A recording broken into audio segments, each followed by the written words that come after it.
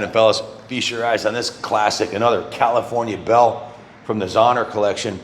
Harold Zahner had owned B&H Cycles for many, many years and had a collection of 42 classic Harley-Davidson and Japanese and racing motorcycles that we purchased from him about 6 months ago. And this is one of the last ones from the collection that's going to be put up for sale. This is a Spirit of 76 Electra Glide. If you look right here, you'll see the red, white, and blue logo and the 1976 plaque there, denoting that this is in fact a 1976 bicentennial edition Harley-Davidson, and it is one of the most beautiful bikes from the entire collection, according to the staff and everybody else who's seen them. It's absolutely stunning. What can I say? It's red and white with the red, white, and blue logo on the side. It's all original FLH 74 cubic inch, 1200 cc's of King of the Highway. This one was mechanically restored by Harold. You can see if you look closely, the engine cases were split.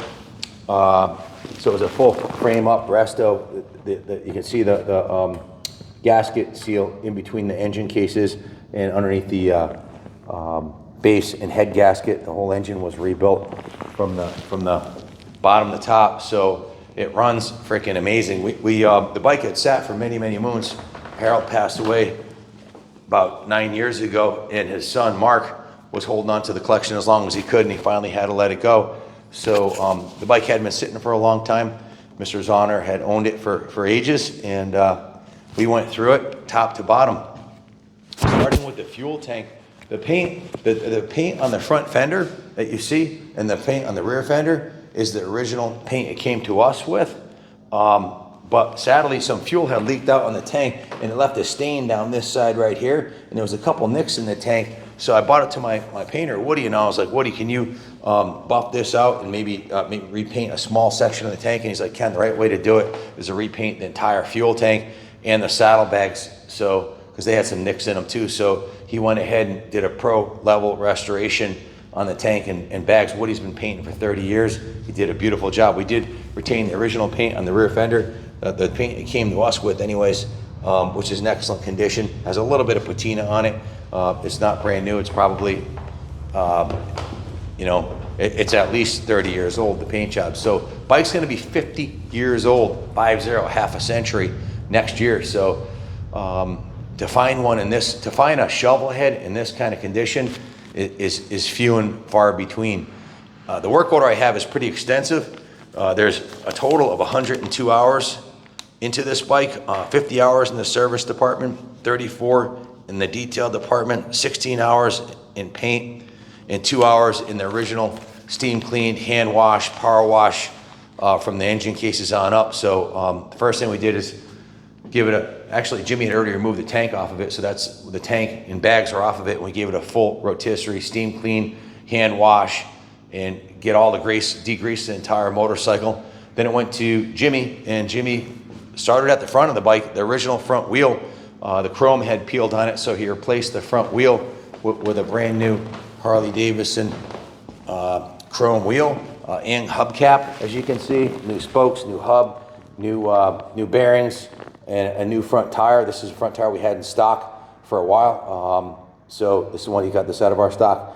The forks were completely polished. The aluminum on the forks was polished. The fender was polished and waxed. The cowbells, the uppers were polished. When I was driving it down the road, one of the things I wanted to say to you guys is the sun was reflecting in these spotlights and off the headlight, and you can kind of see in the clouds. It's kind of a surreal experience riding this thing. I understand why they call him the King of the Highway. You just cruise loping down the road at 2,500 RPM. You feel like you could drive cross country on it, and that's what they were designed for. This was a touring bike. It has these really cool visors on here that Harold had put on here originally. They're in mint condition. The original Harley bars are in excellent shape, as are the mirrors. The levers are those are polished aluminum levers. They were originally a little bit duller, but our detail department polished all the aluminum on this motorcycle, every square inch of it. That's why it was in the detail shop for 4 days. All the aluminum was sanded, a three-stage process, 320, 600, and 800 grit, and then 3 types of rouge to polish the fork lowers the fork uppers, the primary, all of the primary case cover, that's not chrome, that's polished aluminum. All of that was polished. I'm gonna grab the work order and read this off to go over the service order that was done on it. But I guess before I go there, I'll point out that it has a, if you look closely here, it's got a new chrome sprocket and it's got a new gold chain, and it has, we replaced the rear tire with a new Dunlop tire. So the tire chain, and you can't really see the gold chain, but it is beautiful if you could see it. It's kind of hidden under there. You only see little bits of it. But this it's a pretty major work order on here. Of course, needed a new battery, so put a new battery and a new battery tender lead on it. Went through the wiring on the whole bike, made some improvements on the wiring, put new spark plugs in it, Champion J12Ys, did a compression test, it tested out perfect. You know, Harold had rebuilt the motor and probably didn't put 1,000 miles on it, so the motor is tight as a tiger still. He had 42 bikes, so he'd rebuild them and put them on display in his house, you know, so in his living room. I have the video somewhere on our channel of when we pulled these bikes out of the truck. When they were delivered here, and also when they were at his house in his living room. So we went through, dressed, gapped, and set the ignition points, verified the charging system working properly, completely removed the entire intake, disassembled and cleaned the carburetor, all new carb O-rings, new accelerator pump, new carb gaskets, new intake manifold O-rings, rebuilt the carburetor and reinstalled it with a new throttle cable and a new air filter. Also, the exhaust was removed, cleaned, and replaced with new exhaust gaskets on both cylinders, adjusted the push rods to spec, and put new push rod tube O-rings in the push rods. Of course, the fuel tank was drained, rinsed, inspected, and cleaned, and then completely restored inside and out by Woody. So, new fuel lines, new fuel petcock, as you can see there, new chrome petcock, new fuel lines, fresh VP94 non-ethanol fuel. That's all we run in our classics here. We don't put ethanol in these classics. It can run it, but it will clog the carbs like any carburetor in 3 to 6 months if you let it sit. So don't, you know, if you're gonna ride this thing as a daily rider, you can run pump gas, but at the end of the season, before you park it for 3 months, you gotta run that fuel through and put some ethanol-free fuel in there. So it's got new oil cooler lines. You can see the oil cooler here. This is a Harley-Davidson catalog item. It's the chrome version. That's got new oil cooler lines and new oil tank to oil pump lines, and it's got new Maxima 50-weight engine oil in it. Has new Bellray Hypoid transmission oil. I already mentioned the new chrome front wheel and new front tire white wall, the new rear white wall tire. Then the entire brake system was completely rebuilt. After sitting for 20 plus years, the master cylinder had to be completely rebuilt. The front brake caliper was rebuilt. Same thing, and of course, bled front and rear brakes with fresh DOT5 silicone brake fluid. The rear brake master cylinder was completely rebuilt with a new master cylinder rebuild kit, and the rear brake caliper was also rebuilt. So like I mentioned, the whole brake system was rebuilt. These keys hanging from the dash or from the bar right here, just so they wouldn't jingle around in the saddlebag. Those are the saddlebag and ignition keys. It does have a new ignition on it. The handlebar mounts, these are rubber mounted, and over the course of 50 years, they like shrink and harden, and it's really, you have to do it. So we replaced the bushings, and while it was all apart, all the aluminum components were professionally polished. I believe Carlos did this one in our detail shop. He's a professional polisher. He did it looks like chrome, but it's a polished aluminum, which has a little bit deeper luster than chrome does. Set the mirrors, set the highway pegs. It has the highway pegs there. Of course, the crash bars, and gave it a full 100-point inspection. So again, the detail shop, steam cleaned, hand washed, polished the engine cases. This also is aluminum too. That's not chrome, that's polished aluminum, so it looks like chrome, but which is better. It can't peel because it's aluminum.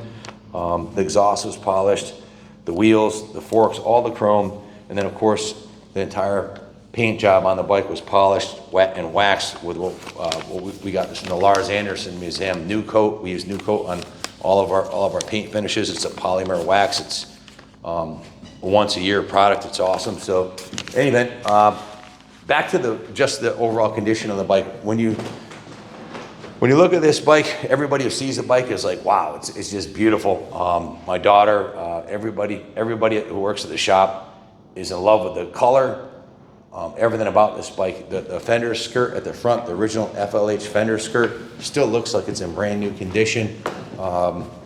It's the details that make the difference on this bike. Not only are all the fork components polished like chrome, but the turn signals, the headlights, I'll have 5 of these matching visors on there, and there's a beautiful chrome cover on the master cylinder, so that looks really sleek. Of course, the chrome front wheels brand new. The chrome crash bars look great. The floorboards are in excellent condition. And you got to look at the bottom of this engine to really appreciate how clean this bike is. If you look at the bottom of the floorboards here, and show them the frame rails on this, there's no indication of them ever dragging or bouncing off curves, and there's no, usually these old Harleys leak profusely. This one shows no signs of leaking oil, and everything's nice and clean underneath there. More testimony to Harold's rebuilding of the engine done right, you know. So just a beautiful piece, man. All the hardware's in really nice shape. So most 50-year-old motorcycles can't hold a candle to this thing, and very few shovel heads exist still to this day in this kind of condition. So this is a museum quality piece. It is on display on the 2nd floor in the New England Motorcycle Museum here. It'll be here 7 days a week until we find a new home for it. It is going up for sale. That fuel petcock is no China junk. That's a Pingle, top of the line Pingle fuel petcock. That's what we put in most of the Harleys we do. Of course, new spark plug wires, spark plug wires, and everything's nice and fresh on this bike. The exhaust has I'm pretty sure this is the original exhaust. I'm not 100% sure. It might be a Screaming Eagle aftermarket item. I'm not really sure, but it's a quiet exhaust. It doesn't have, most of these got chopped, you know, the bags were removed and they got chopped and modded and straight pipes and beat on by you know, guys that were out having a little bit too much fun. This one was owned by a guy who had a museum quality collection in 40 motorcycles, so it's been lovingly cared for. So that's the good news, is this thing's been lavished with a lot of love since we shipped it to Bakersfield, California, cross country here to Connecticut. But 102 hours of shop labor plus over $2,000 in parts that we put into the bike. We got a pretty pricey work order here. You don't have to be a math major. 100 hours of labor. Most shop rates around here are 150 and up. 150 to 185 is the common East Coast. California is about the same from what I've heard. They're both expensive places to live. Maybe they're $100 down south. I don't know, but around here, there's not a shop that could hold a candle of what we do that would touch this for under 200 bucks an hour. The Harley shop up the street charges 200. They don't even do classic restorations like this. So this was done by us. We own the museum. It was originally done by Harold Zahner. It sat for many moons, decades. So we went through everything on it and got it dialed in. And as you could hear from the riding demonstration, it runs like brand new. But you know, $2,300 in parts plus the paint and 102 hours of shop labor. This isn't going to be a cheap motorcycle, but you get what you pay for. My dad used to always say, buy the best and you'll never regret it. And I think this is probably the finest 76 shovel head for sale on the market today. I've checked eBay and other listings, and I don't see anything nicer than this, that's for sure. This one's an absolute diamond, and it is the 76 red, white, and blue FLH bicentennial year for our country. So if you have any questions about it, give us a call, 860-454-7024. I might have missed a couple things, but hopefully I'll have all that in the auction ad, the eBay ad is going up for sale. So if you have any questions, call us. We offer financing in-house. We can ship it anywhere in the world. And we also take trade-ins. So if you've been looking for a kick-ass shovel head to add to your collection, there's two views of this bike I like more than any others. And one is the engine. This view right here of the shovel head engine direct on from the air cleaner. It just, to me, if you look at that engine right there, that's what a Harley-Davidson engine's supposed to look like, guys. And some of the real pros that rebuild and know a lot about Harley engines, right up to the new M8s, prefer the shovel head engine over all the Harley engines ever built. It's like a forever engine. The other favorite view I have is this rear quarter view right here. This is where it really kind of captures the essence of this motorcycle. And ironically, the first time I saw this angle of a shovel head FLH, I was in the computer industry for 25 years, and there was a company that sold computer memory. I forget the name of them, but the owner was in a leather jacket standing over. He was standing on this side of the FLH right here, and it was a computer memory company. He was standing right here with a leather jacket, looking over his shoulder, and I was just like, what a cool looking motorcycle, man. And I did business with those guys for years, but he was a motorcyclist like me, who was in the computer company. He was one of the managers there, but just a kick-ass machine, man. It's freaking beautiful. So thank you for watching.